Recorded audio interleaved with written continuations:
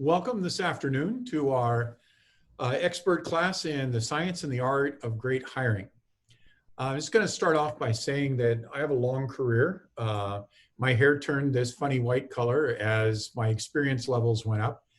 And over the course of my career as a director and senior director of engineering and program offices, I've probably hired between easily 500 and possibly over 1,000. I did some quick back of the tablecloth type math, and it's definitely a lot. And I've done that over the course of years, and I've learned some things, both by being able to observe what worked when I was hiring and also what didn't work, where the mistakes were. And I've tried to catalog so that for you folks attending the class, you'll have the benefit of that without having to make the mistakes.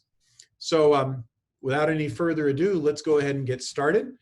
Slide 2. I'm going to walk you through the quick table of contents about what we're doing. Hiring is a very, very difficult thing. I mean, anybody can look at someone and say, hey, you're hired. But is that a good fit? And what's the impact going to be on your business, number one, and on the group dynamic into which you are hiring as number two? So first, we're going to take a look at the science of hiring. There are some hard facts, things that are repeatable, observable, et cetera, that we're going to be taking a look at and cataloging as part of the science of hiring. There's also the art of hiring, and I can't stress this enough.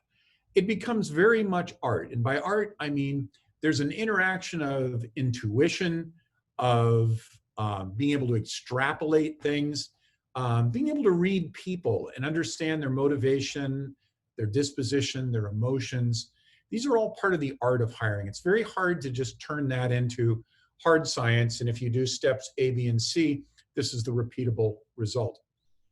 Then third, the validation and decision making.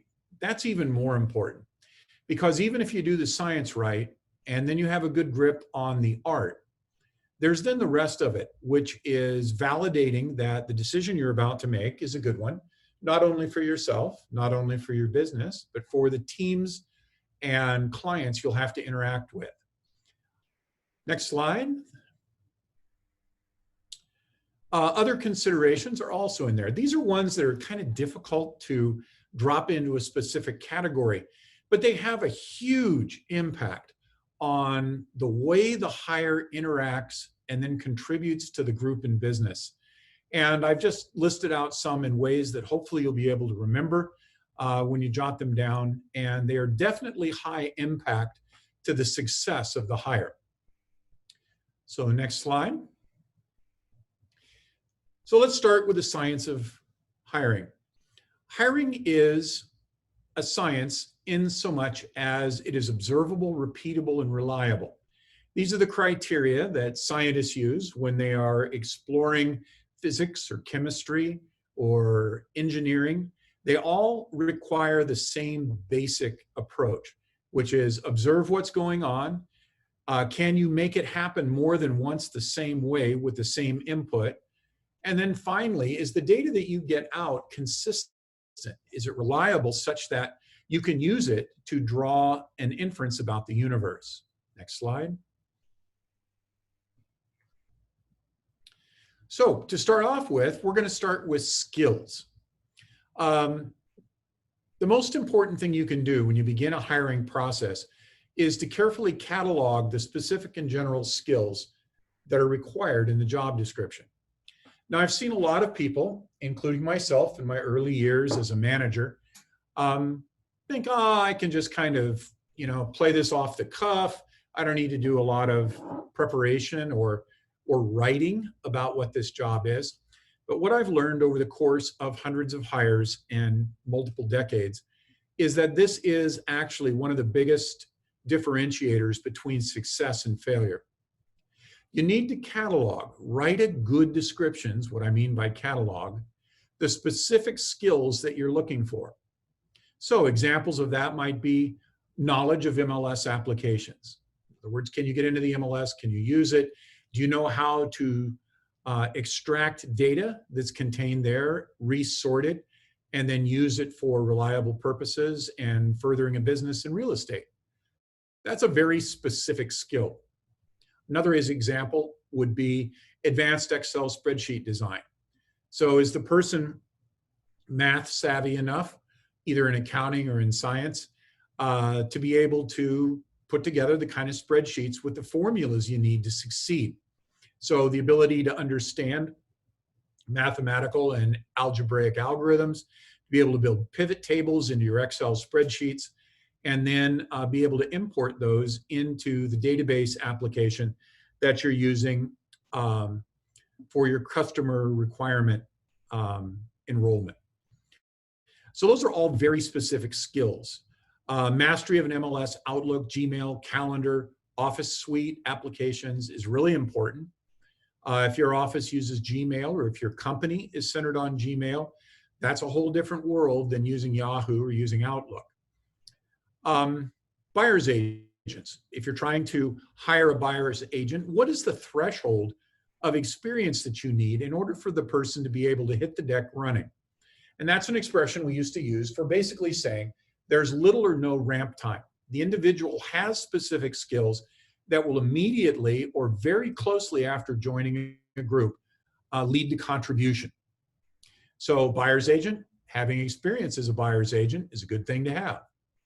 Standard accounting practices, if you're hiring someone in a business role or for paperwork within the transactions, be they buyer or seller, having somebody who understands accounting, either at a bookkeeper level or even up to a CPA level, are great things to have, and skills that that person possesses that they have been able to, through discipline and study, add to their resume. General skills are another type of skills. These would be things like verbal and written communication. So it's very important, depending on what your job description is, to have someone who can communicate. Sometimes that's not in English. Sometimes that's in other languages. Could be Spanish, Vietnamese, Cambodian, German, Russian. Take the languages of the world. The more you know in terms of language, and the ability to apply that to market you're working in is a huge advantage. Folks who are native speakers or have grown up in households where English was the second language are at a huge advantage in this kind of general skill. Also, just being able to express yourself verbally, being able to express yourself in writing in a very clear and concise way is very important. It's one thing to write emails. People have a certain expectation of how emails should look and how perfect or imperfect they can be and be within professional norms. But the other side of that is if you're writing publications, if you are posting to technical forums or real estate forums on the web, you have to be very careful that the language you use to express your ideas and your presentations are commensurate with the level of training or communication that is expected on those particular forums. So these are skills, specific skills, general skills. Write these down. Make a list, even though it's kind of obvious in some cases. When you're hiring for real estate, make sure that you list out what are the specific and the general skills you're looking for. For some types of jobs, verbal communication doesn't mean much.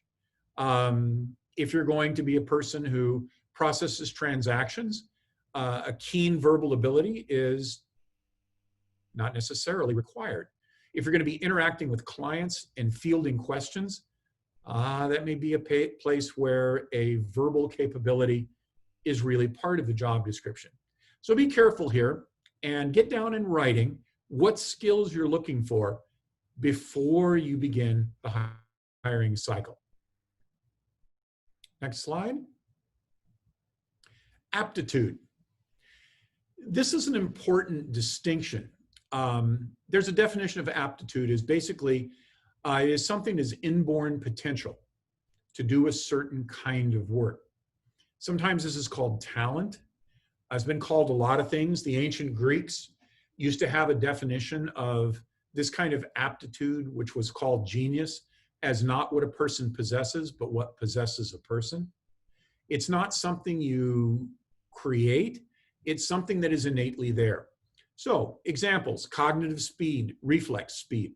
whether it's physical or mental, the ability of the mind to work at a relative speed within a range of human beings may be an important thing to test for when you're creating the requirement for the job that you're about to hire for. Reflex speed. There are human reflex speeds. I'm just going to use this as an example.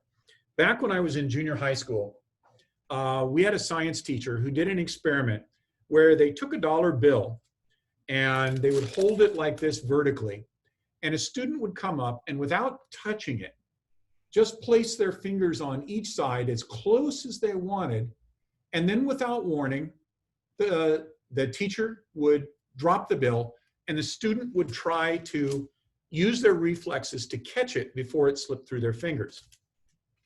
I won $7 in one day because the teacher couldn't believe that anybody's reflex action was as fast as mine was.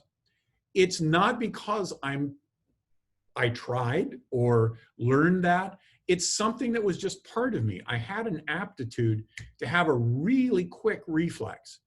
And whether it's cognitive speed or physical speed, they both count as something which is aptitude. It's something that's built into the person.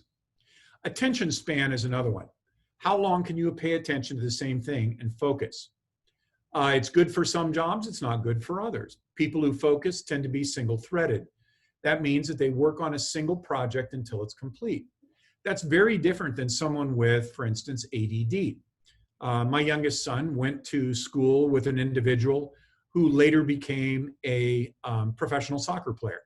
And he had severe ADD. He came through San Jose State University. And when he would go to play, he intentionally went off his medicine. And the idea was that he could see and respond to so many multiple things that most people couldn't do it that way because they're too busy being single-threaded. So figure out where your job requirements lie. Does this require a person to be able to multitask or to single task through with focus? Short-term and long-term memory can be improved, but there is a basic baseline that you are born with and progresses over the course of your life. A sense of balance is another one, whether it's emotional balance like the last bullet here, or whether you're talking about something physical. Balance is something that's built into us as an aptitude. Three-dimensional spatial orientation. Every one of you who is a real estate agent remembers taking the test where they show you all the little squares and cubes offset, and then they tell you to flip them in your mind and which of these multiple choice matches the same shape. That's spatial orientation, and that's something you're largely born with. If you've ever seen anyone who can work a Rubik's Cube, they aren't taught how to do it. They can just do it. It's really interesting. I've only known two people in my entire life, even in scientific endeavors, that were able to work a Rubik's Cube without a great deal of trouble and thought. One of them was a 12-year-old boy in the class that I taught, 6th grade, my second year of graduate school. And I was a teacher on the side. And this kid could pick up a Rubik's Cube and go like this, literally, and it would be done. And I hadn't seen that again until just a few weeks ago when we had a kind of no talent show as part of a virtual happy hour that our office did, just for us to be able to socialize. And one of the agents took a Rubik's Cube and he demonstrated how he could do it right-handed or left-handed, and he solved them in a matter of seconds. And I couldn't help it. Curiosity got the best of me. And I asked him, how were you at math? And he said, I'm a quant major. He actually was a mathematical major. So these kinds of things, you can't build it in. These are things that are part of the aptitude an individual possesses, arguably from birth. Aptitude is genetically linked. It's a skill that can be developed, but aptitude is just there. And the two last examples I'll share with you for that. I had a friend going through undergraduate school who was a music major, and he played the piano. That doesn't sound so unusual unless he had never been taught to play the piano, which he wasn't. He never took a lesson in his life. I actually watched him sit down at $180,000 Buzendorfer piano in a piano store. And we had just heard a new pop song on the way to the piano store. He sat down and reproduced it, not just the melody. He produced it with all of the nuance of the entire arrangement. That is just aptitude. The individual was born with that. And Gary had a talent that you couldn't match. It was part of who he was. Another one is an example. I had an admin when I was in my Cisco system days named Shannon, and her analytical skills were just absolutely unbelievable. She had dropped out of school at a fairly early age and had continued or begun a career and continued with it as an executive admin. And she was fantastic. Her analytical skills to be able to know not only how to manipulate numbers on a financial sheet or on performance type graphics, and be able to then convert them into the proper formats to be able to be used in the business was unbelievable. So that skill, that's an example of skill. Shannon learned something that allowed her to be successful. Gary had an aptitude because he was born with an ability that most of us can't even imagine being able to do. So what are the critical aptitudes you need for the position you're hiring to? You really need to spend some moments writing a few of them down, because aptitude is not something that can be taught as easily as it can be developed. So you want to find somebody with the aptitudes you're looking for, whether it's liking to do mathematical type functions and they make a great bookkeeper and paperwork checker, or whether it was someone who had those skills or has those aptitudes, but then can develop the skills over time, and you've got the time and the patience to have that happen. So be sure to get down in writing on your job description so that you have notes with it that say, these are the critical aptitudes we are looking for in this hire. Next slide. Motivation. Motivation is key to human behavior. The definition of motivation is it's either a desire or an aversion. It's something you want or something you want to get rid of is at the seat of motivation. So there's an objective component, which is the actual thing that you're trying to get or get rid of. Then there's the subjective component, which is your personal desire, your wish to either get or get rid of that particular thing.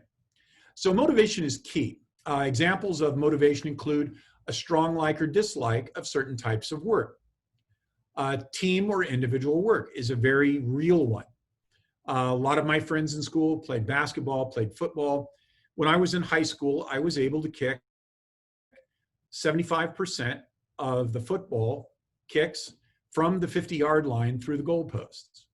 And the coach saw me doing that one morning and really yelled at me for why I wasn't on the football team. And I told him, I'm not a team player. I'm an individual player. I'm a fencer. I fence with an épée. That's what brings me joy. Playing on a team, not as much. It's just the way I'm wired. So team or individual work is something to consider when you look at the motivation for a person. Do they really move one way or the other? Or conducting open houses, or accounting, or telecommunication. All of those things are really important to find out what motivates a person. Do you like talking on the phone? Does it cheer you up, make you energized? Or is it something you'd like to do right after you got the next long, slow root canal?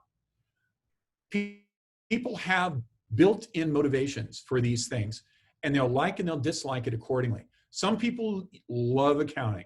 Some people hate accounting. You can look at your own checkbook and probably figure out which one you are. Economic considerations also have to be in there. Everybody needs, I say this a lot in my profession through the years, everybody's got to eat.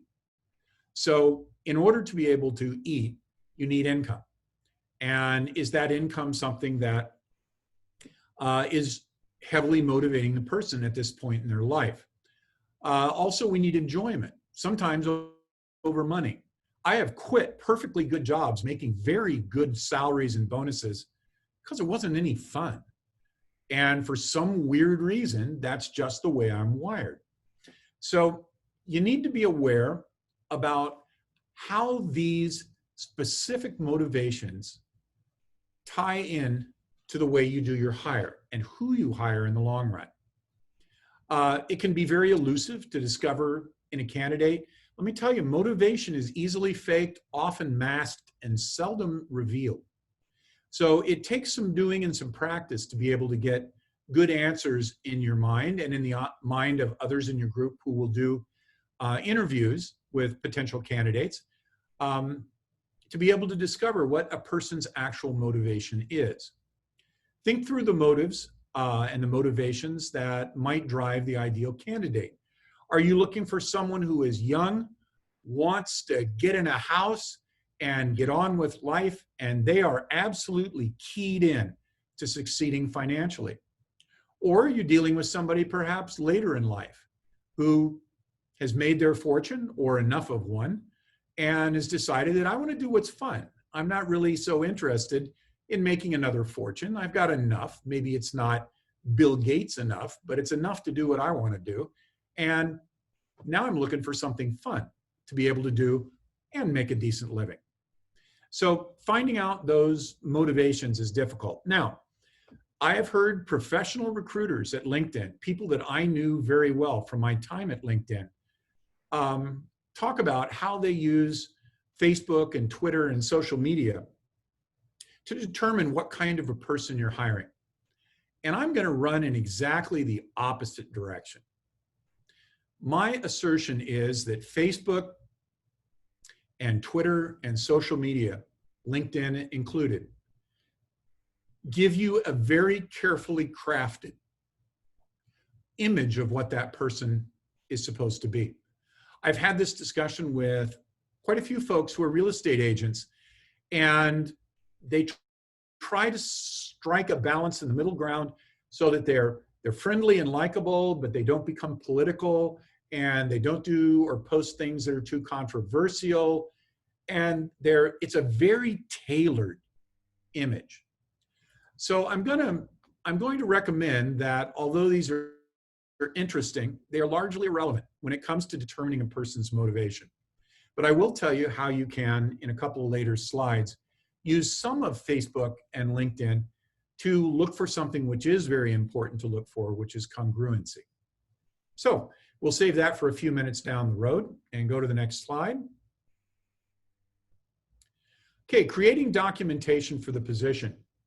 It's too easy to skip this over and just decide you're going to do it verbally or do what's in the back of your mind.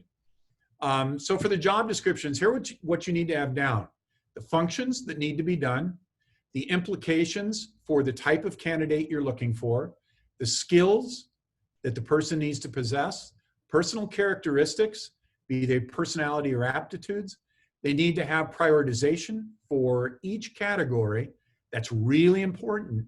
The most important things need to be on the top of the list. And then finally, right-size the description, no more than 300 words. Now, there's so many pitfalls that I have fallen into and I've seen others fallen into that I've corrected over the course of years. The first one is you got to put it in writing. Why? Because when you get in a conversation with a person that you're interviewing to join your group, you will naturally like some and dislike others. It's just the way we are. That also extends not only to personal connection, but to race, to religion, to every other category you can split a human being into. We've all got biases at one level or another. So it's really important, if you're going to do a really great hire, not to let those biases and personal likes enter into the fact that you're trying to hire successfully for a position where a specific job is being done. So that's where the job description helps you organize your thoughts so that you just don't happen to click it off with somebody and make a mistake. The next set is interview questions in writing. The thing to do here is when you and a team, let's say that you're hiring the third, fourth, or fifth person to a team, you want to have the interview questions written down. Why? Because you don't all want to ask them the same questions. You want to ask them different questions from different people. And you say, well, then how are you going to compare notes when you get together and decide who to hire? And I'll get to that in a little while. So getting the interview questions in writing, asking them to demonstrate skills from past employment. If you want to know how a person is at a specific job, take a look at what they've done in the past. Past employment is very important. The next is a degree of lifetime learning in life and in attitude. So I've known 30-year-olds who have a mental age of 100. Their minds aren't open. They aren't thinking about new thoughts or new things. They're just simply set in their ways and they're going to do it. And I have known people 100 years old who are still re-examining their own attitudes and opinions about all kinds of serious subjects. So it's not a function of age. Being a lifetime learner is a function of habit. And that's something that's always good to have in a job.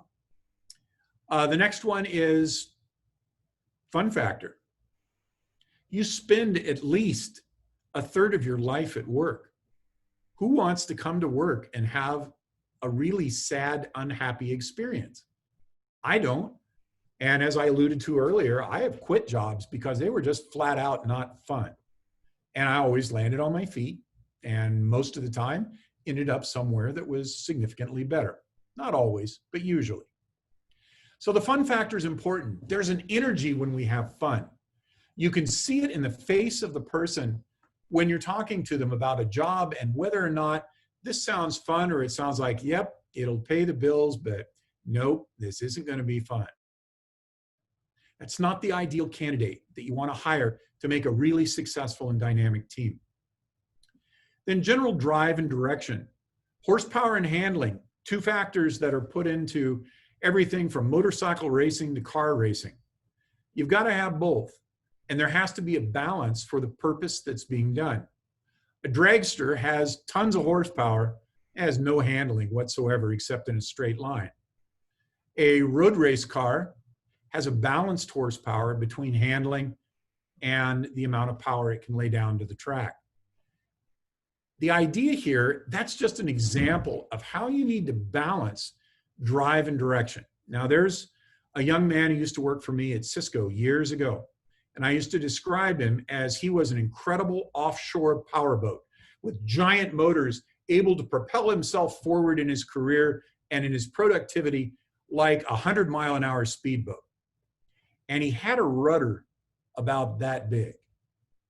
The rudder was so small, he couldn't change direction, and he just ran in a straight line as hard as he could.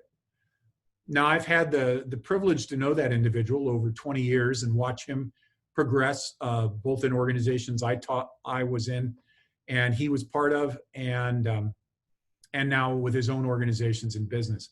It's something you can learn with time, but being able to judge which do you need right now in the position you're hiring for. Is it horsepower? Is it handling? And in what percentage? Okay, next slide. So from there, we want to go into the art of hiring. We've kind of looked at the things we can call at least semi-scientific. They're repeatable, they're reliable. They are things we can rely on from every encounter to the next encounter. But then no matter how hard you try and make hiring scientific, there's also an art of hiring. And that's the leap of intuition when science basically hits the wall. Science is like a thermometer. It does a great job at measuring temperature. It does a really poor job at measuring wind speed. For that, you need an entirely different instrument. And in this particular case, we're going to look at the art of hiring, the part where intuition comes in and impacts the quality of our hire. Next slide. So the first one of these is personality. Personality is huge. It is a really complex subject. And if you're with Keller Williams, then you've definitely seen the 4 quadrants of the way that people are tested and described. But I got to say this, The 4-quadrant system is not adequate to describe human beings. There are different assessment tools that have literally hundreds of categories of folks that break down the personality into more axes and more complexity. At the end of the day, I'm not here to say that it doesn't serve any purpose, but if you use it for anything more than a light or bright, whether it's dark or light, that kind of a picture of what the human is you're speaking with, I think you're outstripping the ability of these tools to describe a human being. So often considered, personality typing is pseudoscience. It's not really scientific. It's survey information, it's statistical norms, it's lines of standard deviation. It's not science. So for an example of that, here in an Occidental culture or a Western culture, the idea of blood type, whether you're O, AB, B, A minus, O plus, doesn't have any correlation in our minds to the way a person is. But in Japan, there is blood type personality assessment. And the Japanese culture believes very heavily that this is a huge indicator of the way and why a person is as they are. So it is a pseudoscience. Different cultures do it different ways. We have different expressions within different cultures and different ways to express the human personality. So I'm just going to say this: humans are complicated creatures, and also they change over time. There's a indigenous American way of describing personalities that I learned when I was in graduate school. And they had a very interesting approach. They had 4 quadrants too. They weren't the 4 we're used to, but they were similar. And their idea was not that a person is born in one of those 4 quadrants and stays there, but that wherever they start on that wheel of personality, their job in life is to circumnavigate that wheel and to change with time wherever you start and make a full circle in personality in order to become a complete person. So a very interesting and very insightful way to look at how we would catalog or understand human personality. So what are the solutions to such a complex problem? Well, use tests like the Keller-Williams personality assessment. It actually should be an A, not an E. That's my bad. As a starting point, thoughtfully create a job description and function so that you fully explore the requirements. Know what kind of a personality you think would fit, and also be open during the interview process to perhaps finding a set of personality traits which you didn't envision, but at the same time might fit very, very nicely. Ask probing questions to tease out a candidate's characteristic. We all smile and try to seem completely sane when we do job interviews, because let's face it, back to what I said earlier, we all want to make a living because we all got to eat. So we're all on our best behaviors in an interview. You'll actually learn the most from offhand remarks. And I don't mean like seeing a slip and you'll see a person's, really dark side. That's not what you're looking for. What you're looking for are those moments when you talk a little bit about, one of the questions I like to ask every time I hire is, hey, what are you willing to tell me about what you do for fun? It's a great question because usually without thinking, somebody will say, oh God, I just love backgammon. I belong to a backgammon league and we meet twice a week and we play backgammon. Or I love to hike alone in the woods and I love being out in nature and depending upon only myself. Do you see how those kind of answers could tie into personality types? Did the person like being alone? Is that where they gather their strength and rejuvenation? Or do they like to get together with a club, do a highly mathematical type activity like backgammon? And is that how they derive pleasure and satisfaction from life with their personalities? These are the kinds of things which will help you draw lines of congruency between what they're saying about themselves and how they react to simple questions that are not actually, interview questions about the specific topic, but are interview questions about the personality of the person you're considering to hire. Okay, next one. Mastering the art of the question and observation, really important. This goes way back in the story of antiquity. All the way back to Socrates is one of the best examples, the ancient Greek philosopher. And he actually developed a method of argumentation called the Socratic method. And what it means is you learn to ask questions and you disarm your opponent, and you win the argument and never make a statement. All you do is continue to ask probing questions. So the best thing you can do in a job interview is write these down. You want to have a list of what questions you want to ask and how would you probe it. Quiz for congruency. The FBI versus an interview. Okay, we'll talk about the FBI for a second, since we're going to run right into that in the next section. So I actually sat through a training that the FBI profiler talked about how they could tell if a person was telling the truth or lying. And it's none of the things you see on TV or read in books. It's not just tells, right? If you're a poker player, you've read all kinds of books about if the person is observed twitching their right eyebrow, it must mean that they're bluffing, or if they have a little tick on the corner of their mouth, it's not it. FBI says it's not reliable. It's not micro expressions, like being able to look very closely and see the nostrils flare just a little bit when the person is telling something that is causing them concern or fear. What it is, the FBI says they do this based on a casual conversation and observation. It's over a period of time as you talk to a person, you'll get a sense of being able to understand what they are trying to express and how they're expressing it. The whole look and feel of the communication is how you determine whether or not they're being sincere. So the good news is you can do a great assessment largely by instinct. What? That's right, you can. And the reason is because you're all human beings.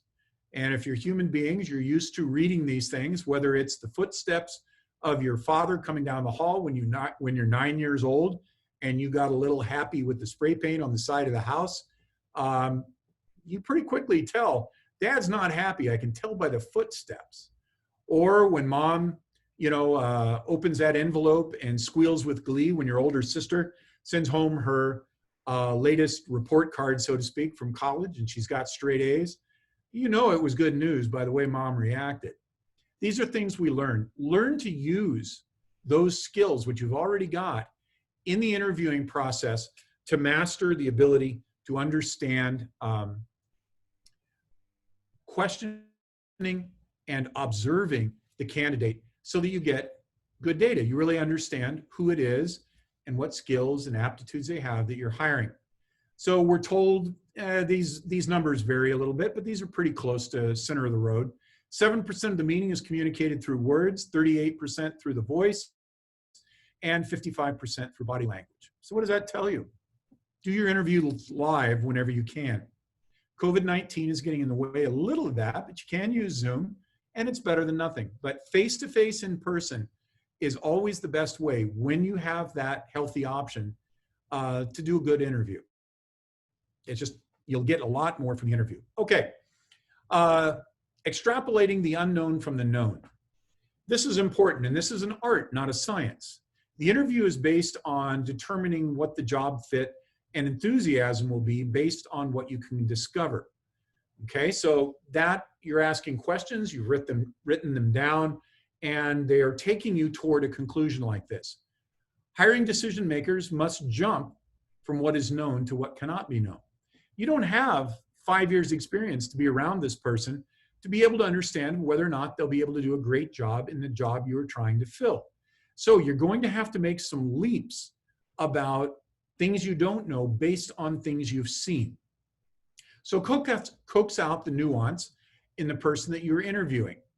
Watch very closely their facial expression. When do their faces light up?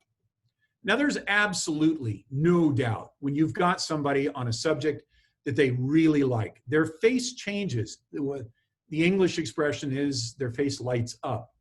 So I used to pull a very, very dirty trick on my sister when I was little and she was still fairly young. I would wake her up from a nap or a deep sleep, just quietly saying, Lynn, Lynn, it's Christmas. Everyone's downstairs waiting to open presents.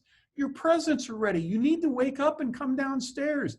And she'd wake up and she'd be all, and then realize that her little brother had just played a trick on her. And then I had to run really fast. So you'll run into situations where watch the facial expressions, see what turns the person emotionally into brightness and light, and compare that thing or activity that caused that kind of a reaction to the job description that you're trying to fill and see if there is a good fit. Very important. Next slide. The complexity factor. What do you think you know by knowing about a person if they're a single parent, or if they're a house spouse, or if they're just out of college, or they're older worker, or they're of a specific ethnic origin, or gender assignment, or visual appearance? And now think again. The superficials do not tell you the story. I'm going to repeat that. The superficials do not tell you the story. I can take almost every example here and give you specific instances where I didn't pay attention to this and I hired the person because they were the best fit, and it turned out fantastic for the team into which I was hiring. It's real important not to let our personal view of what a single parent is like, or an ethnic person is like, or a different gender assignment person is like, influence the way we make a decision about whether or not the person is appropriate for the job. That's another reason you write this all down. You have your questions written down. You have the aptitudes and the skills written down, so that when you do your hiring, you can hire blind to all these other categories. Hire the best person for the job. Really important. It was interesting. I've worked all over the Valley: Google, Facebook, LinkedIn, Cisco Systems, Lockheed Missiles and Space, AAA, Dell Computers. I've been in a lot of different companies in my high-tech career. And I want to tell you just one quick anecdote. Guess how I got my job at Google? Google is brutal in the interviewing process, both the number of people you talk to and the aggressiveness, and in many times the downward way they look at anybody that's not in Google. You're just must be a second-class citizen or you'd already be here. So interestingly, when I didn't think I got the job until the lady who was the last person who interviewed me walked out with me to the parking lot. And I had a BMW motorcycle out there. And she says, "Oh, you ride motorcycles?" And I said, "Yeah, I am a gearhead from an early age. And this one I've modified. It has 40% more horsepower than it's supposed to have." And I told her some of the work I did on it. And I said, and I reprogrammed the fuel injection to match the modifications that I did. She said, "What?" I said, "Yeah, I actually went in and I remapped the fuel injection of the engine. And that's how I was able to optimize it to a much higher horsepower level." And what I found out from a friend who was on that hiring committee was that that was the deal maker. It had nothing to do with the job I was going to be doing, except that it showed a curiosity and a desire to do something which is actually fairly difficult to do. So watch for the complexity factors. Don't single people out based on what you believe about the externals in their life. Stick to the script and hire based on your questions, their motivation, everything you can determine about their skills and aptitudes. Next slide. Okay, employee lifecycle management overlay. This is important because we all have stages of life. I would like to tell you that everybody stays the same from the time they're 20 years old through their 40s, their 50s, their 60s, all the way up into the 70s. And now it's not unusual to have folks working well into their 70s. When I was at Dell Computers, I worked with an individual in the engineering department that was 72 years old. I worked with another one that was 70. That was unheard of 20 years ago. But these two individuals were still sharp. They wanted to work, and they continued on expanding their minds and their skill sets. So kind of look, though, at where a person is. I can tell you straight up, there's always a great deal of variation. 20-year-olds are not all alike, and neither are 60-year-olds. But kind of look where that person is in their stage of life and match that to the job that you're trying to hire for. So if you're looking for endless energy of 60-hour weeks and 24 hours a day on call to be able to answer questions about a specific deal, to process paperwork that should take a day and do it in 2 hours overnight, it's going to take stamina. And you have to look at where a person is in life, not only where they are physically, but also where they are motivationally. And is that kind of work still interesting for them? And it's very key you communicate the requirements of the job, both in energy and enthusiasm and in hours, everything. Because ultimately, you don't want to make this decision. You want them to make this decision. So if everything else is go, and the person is, let's say, an individual who is not particularly energetic. Maybe they're older and they like a much calmer work environment. You want them to see that this is not the job for them. You don't want to get in a trap of having to make that determination again on externals. It is just as illegal to discriminate against someone in employment by age as it is for race or religion. It's not litigated often, but it is a fact and it is the law. So you want the person to understand through the hiring process what it is expected from them and have them ask themselves the hard questions about, is this something that you would thrive on, or is this something that would be very difficult for you to do? And you have them make those decisions. Next one. Team fit, the dynamics of groups. Groups are complicated psychologically.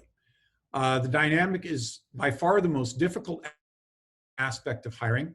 And I can tell you it's also the most critical. If you make a bad choice by bringing a competent person that doesn't fit into a group, you can shatter years of work trying to put a group together that is cohesive by one hire that doesn't fit. And that's really important. So personality and characteristics of each team member have to be matrixed against the new person's qualities and personality, the complexity of adding a new member to a team or increase a matrix of interaction. It's orders of magnitude more complicated with each person you add to an increasingly large group. The first hire is usually easier. There's getting along with you and probably people they interact with.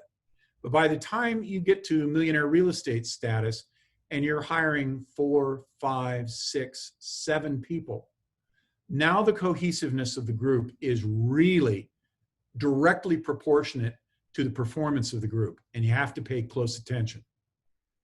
So I say use a team approach. Now, I've developed this over the course of years. It is a system I will live and die by, and I have never seen it fail. I can't say that about almost any other opinion I've got. But this one, I can say I've never seen it fail. And here's how we do it. If you've got an existing group and you're hiring a new person to it, then here's the algorithm. We use, just like the Roman Colosseum, thumbs up, thumbs down, or just a neutral, which means you're not going to vote. So here's the algorithm. If you've got 10 people in a group, then twice as many people with a thumbs up have to be present to the number of thumbs sideways. So in other words, there has to be a 2-to-1 ratio between people who want to make this person the new hire and those who are neutral on it. And then the third piece of it is no thumbs down. And you say, doesn't that make it awfully hard to hire? And I can say, yes, it does. I have had big groups of direct reports who are 14, 15 people.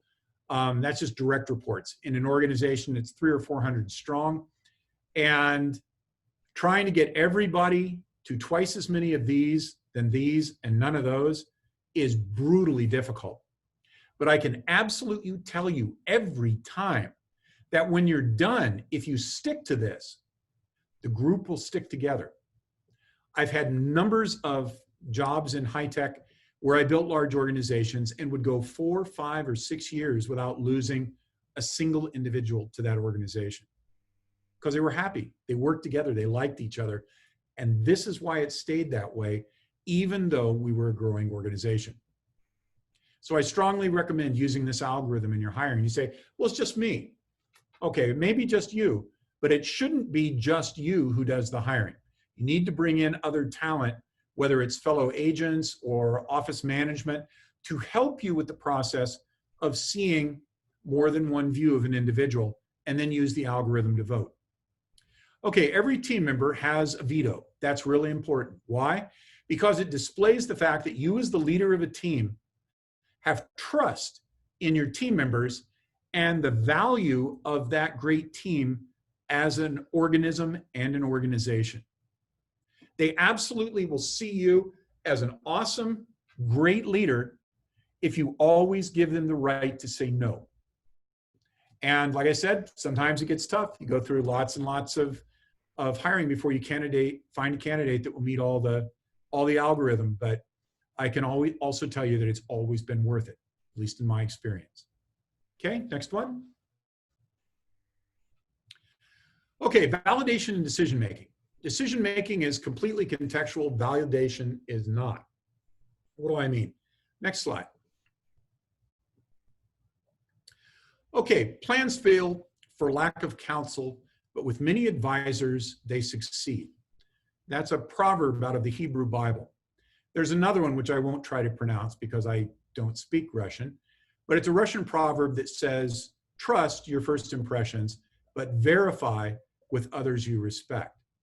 So when Ronald Reagan, back in, what was it, the 1980s, said trust but verify, talking about nuclear accords, actually it's an old Russian saying. It's been around for a long time.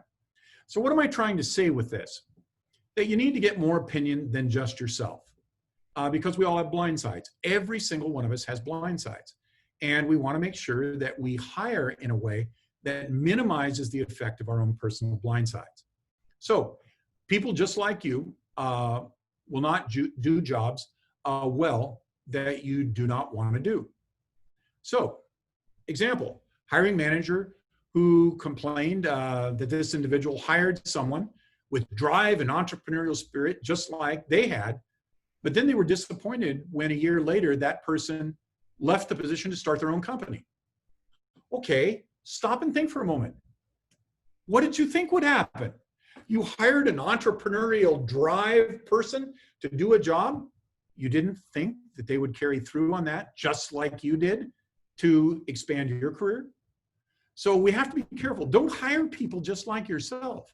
Hire people who complement you and the team so that you can get all of the things done in a spectacular way, not just the ones that you happen to be good at. In fact, a lot of times, especially in the first and second hire within a real estate team, you're really working hard on getting someone who is good and likes to do the things you don't want to do because they're not the best monetary use of your time. So you, by definition, don't want to hire somebody just like you. Very important. Next slide. Okay, predictors of future job performance. How do you know you got somebody who's going to do well in the job? Well, let me tell you a quick story. Michigan Institute of Technology, MIT, that bastion of science and math, engineering, of all of the things that are technical. I did a contest a few years back that I read, and I just literally laughed myself off my chair after reading the whole thing. And what they basically did is they had a contest, and the contest was who can come up with the best mathematical algorithm to predict the weather using 100 years of weather data.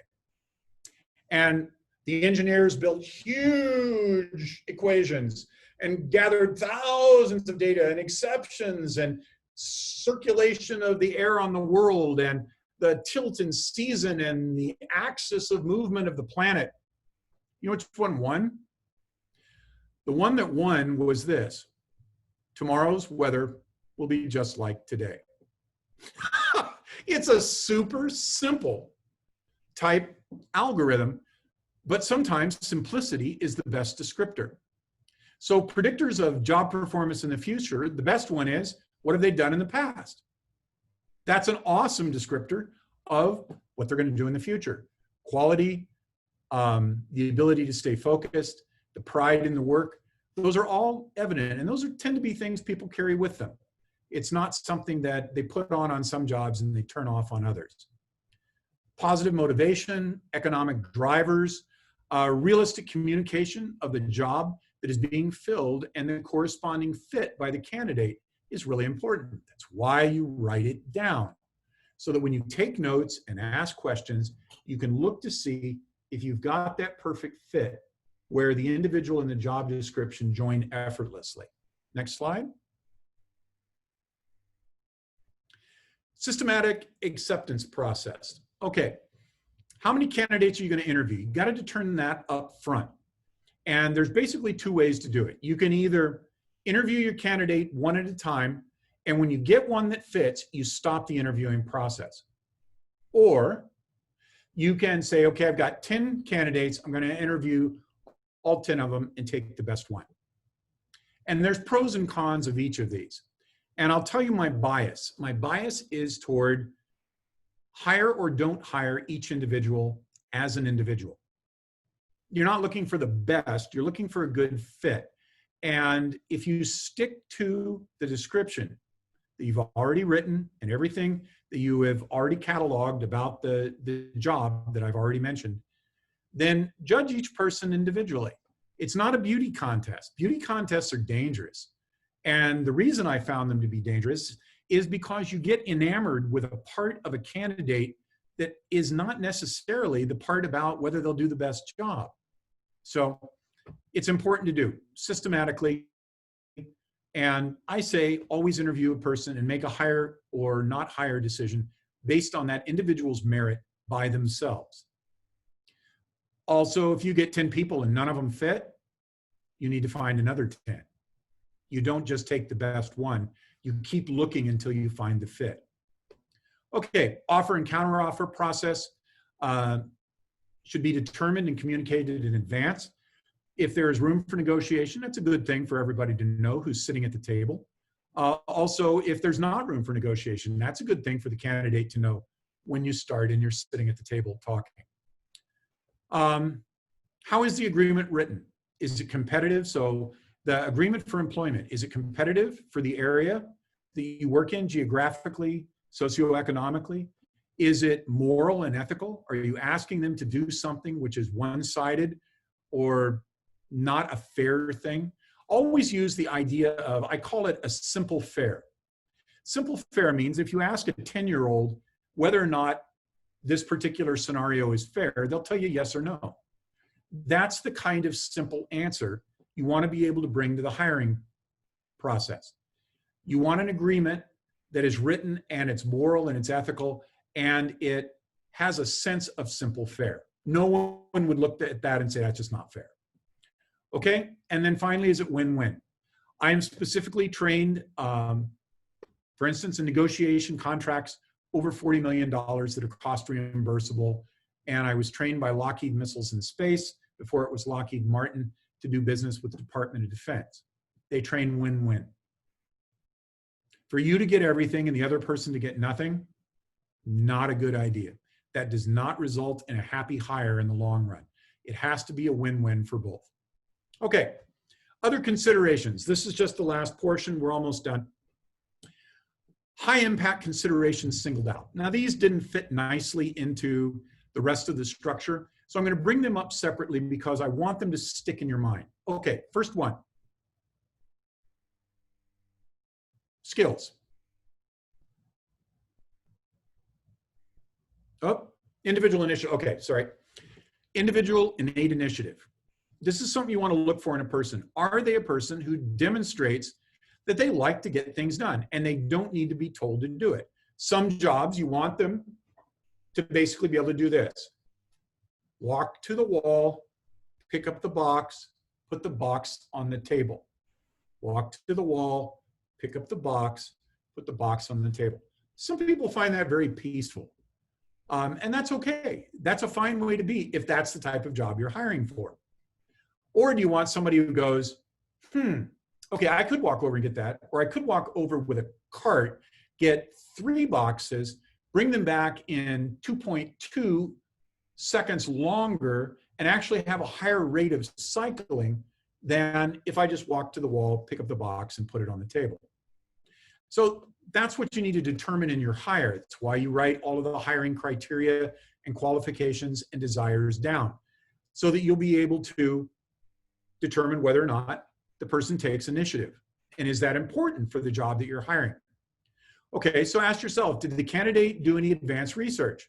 Did they walk into your company or office knowing absolutely nothing, or have they done some research online to try and figure some basic things out? Did they carry extra copies of their resume in case you didn't have one? Were they punctual, on time, collected when they arrived? How did they handle a follow-up with unknowns? If they didn't know the answer to something, and the next day, did they get back to you with the answer because they looked it up and they were curious? What stories from their lives at work or personal demonstrate this kind of initiative? Find somebody who taught themselves how to ski, taught themselves how to sail a boat, taught themselves how to play chess and are good at it. These are the kinds of things you want to be able to look at and figure out whether a person is high initiative or low initiative. And does that fit? Remember, I didn't say it was good or bad. I just said, does it fit the job you're trying to hire for? Next one. A finisher or a kit builder? Okay, so for this one, it's a pretty easy concept. Does the candidate show follow through to completion? So determine the completion rates, whether it's single-threaded, multi-threaded. In other words, is the person good at doing one thing until it's done, or many things until they're done? And are you looking at an individual, or are you looking for a finisher, somebody who finishes the process, not just gets 1,000 plates spinning at the same time without getting any of them back into the cupboard? So here's an example. I used to build model airplanes when I was a kid. And I had a friend, he had all kinds of models, and none of them were done. They were all being built, very high quality. He had good craftsmanship, but they weren't ever completed. He'd have 10 or 12 of them incomplete, all in a process of being built. Or there was me, which I had 4 models completed, same quality, but I only had 1 started. So I would work 1 all the way to completion. So there is a finisher aspect. Even if a person is multi-threaded and can do a whole bunch at once, you still want to look for the characteristic of being able to finish a job without having to be hounded. Anytime you hound somebody, it takes energy, it takes time, and it will sap the joy from the organization. Next slide. Another thing when you add a person, you want to add oil to the machine, not sand. Okay, so there's a simple thing in mechanical engineering. The formula is energy out equals energy in less friction. So however much horsepower you get out is how much you put in, and then you subtract out the energy it takes to spin the gears and chains and wheels in order to be able to move the power from one point to another. So your goal is to reduce friction in a machine, and it's to reduce friction in your organization. Okay, so avoid hires that are sand. You have to kind of come to a determination during the course of the interview process whether this person is hard and rough on the subjects that are going to create sand and controversy in the organization, or are they drama lovers? They're fighters? Are they victims? Are they liars? You need to have a pretty good sense of what a person is like. Sandy people do not help your organization move forward, no matter what their skills and aptitudes are. So watch for that characteristic. You could call it getting along and being able to work with people in a peaceful, harmonious fashion. Okay, now the next one is kind of sensitive, and I'm just going to put it up as this. There's a lot of information out there on this. but I'm going to give you a hard caution on understand some of the basics from the Diagnostic and Statistical Manual of Psychological Disorders, 5th edition, that's what the DSM-5 is, about what some of the anti-personal, anti-social disabilities are and what those personality traits look like. Antisocial personality disorder will fracture and destroy any organization you let it into. And these are characteristics which it takes time to spot. And the difference between a person who just happens to be leaning in one direction and one that is all the way over and falls into these categories.